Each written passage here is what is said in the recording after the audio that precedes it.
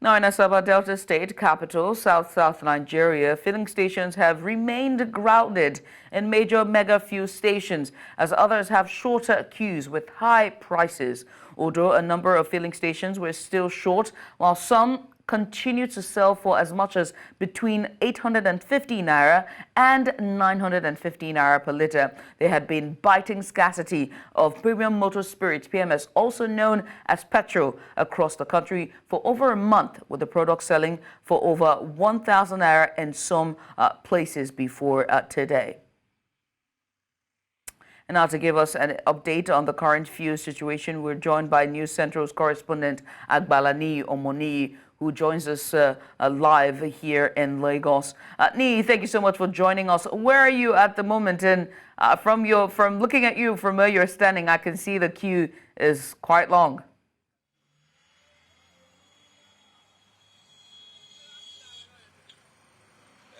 Thank you, Judith. It's been over 3 weeks, and despite assurances from the national oil company in Nigeria telling people that we're just having distribution issues and it will be sorted soon, we've still seen that most petrol stations do not still have the product. And the few ones that even have the product are not, they have their premises crowded with motorcycles, tricycles, users, and people holding jerrycan-bearing buyers, and people who have actually even had to disconnect the tank of their generator set just to come here to purchase the product, which is petrol.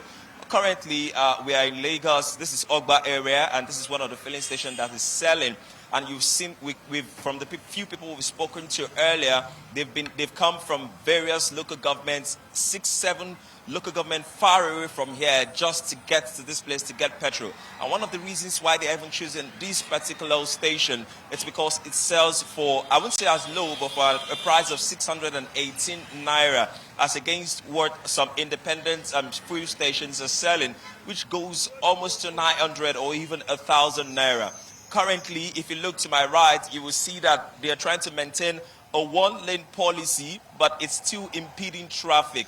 This place is usually congested during the day and even at night, depending on how long the space station is selling for. And these are the conditions they keep witnessing over and over again. The frustration is real for these people. They are asking when it will end. The assurances keep coming from the NNPC the last time it spoke anyways, but nothing concrete has been done. And these people have to live their everyday life looking for petrol just to commute.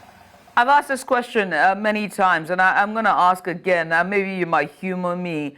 And since you started driving and since you started going out to buy fuel, how many times or how many hours have you spent in your life just queuing up and trying to either look for fuel, the availability of the fuel, or actually pay for an exorbitant price? Just when one puts that in context, it's dire, the situation. But with the queues, what is the traffic looking like?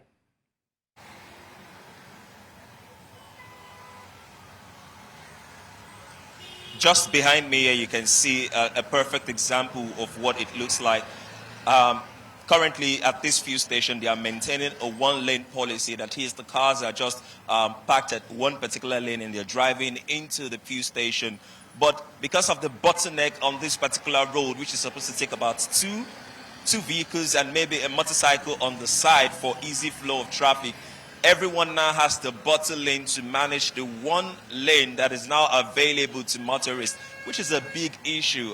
Noting that when it's quite early on Sunday, yeah, but once the churches start closing, which is around 12, around 1, then you will see this place being more congested, because now you have a lot of vehicular activities and everyone wants to move at the same time. Knowing how impatient most people can be when they're trying to get to wherever they want to go to or get to their destination, this is going to cause heavy traffic. And this is not the only spot that causes traffic across Lagos due to this fuel scarcity. Even across Iyanoworo that we saw earlier today, that place is also blocked up, which is even an expressway, a lane that's supposed to take about, there's a dual lane that's supposed to take about 4 vehicles per lane. And till now, you just see that the traffic there is excruciating. People are frustrated because why spend 3 hours or 4 hours to purchase or get the petrol at maybe an high price, then you now have to burn the petrol in traffic. It's almost like a lose-lose situation. There's no win-win for Nigerians in this case. Huh.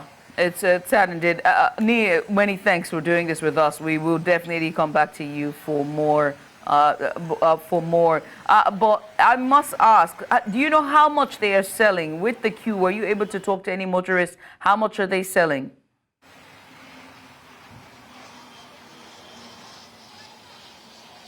Yes, at this particular fuel station, they sell for 618 naira per liter. The black market sells for around 1,000 to 1,003 per liter. So, of course, if you're buying from the black market, which most people that I've seen here who cannot wait have tried purchasing, you're paying for the labor. I'll put it that way, the labor and the stress the person used in purchasing the fuel from this station in the first place, with the original price, which is about 618, if I'm not mistaken, at this particular station. But as I said earlier, independent stations are selling for as high as 900 naira, and even we're hearing information that outside Lagos sells even higher for almost 1,000 naira. But for now, even the boss that took me yesterday, Judith, I can testify, why we got stranded. We had to purchase the black market. Now, the challenge with the black market is you do not even know it. You don't know if it's adulterated petrol. You don't know what content it is. You don't even know if they just pour something inside and just give it some sort of coloring. But for the fact that you see them in front of a filling station and you believe that, oh, they got this petrol from here, you feel it's credible, and everybody just wants to move on. That's the situation now. And for a city like ours, you know, us being in the commercial hub of Nigeria, Lagos State, where it has all of the major, if not all of the major multinationals and industries and different sector, I wonder what would that be like when it comes to the running of businesses, small businesses. I mean, even our outfit like this that needs 24-hour power to fuel, you know, its services. I wonder what that would be like, you know, for Nigerians and just Lagosians in general, especially Lagosians.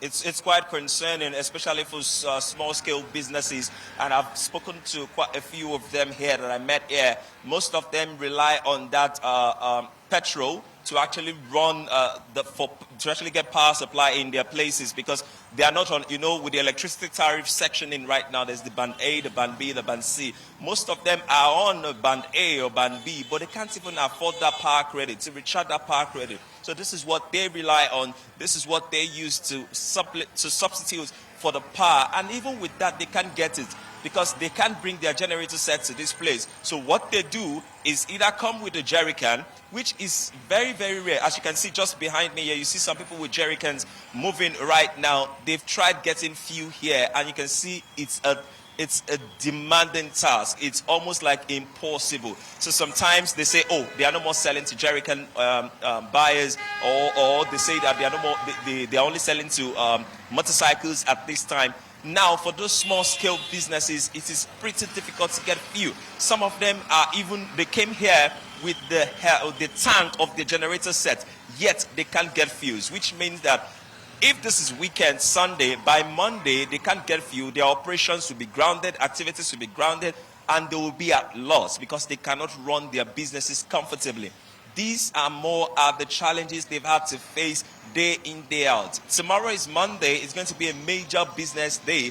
And if the traffic situation is like this, if the fuel situation is like this, as at Sunday, then I wonder what will happen tomorrow, which is the first business day of the week. And also the first business day of the quarter.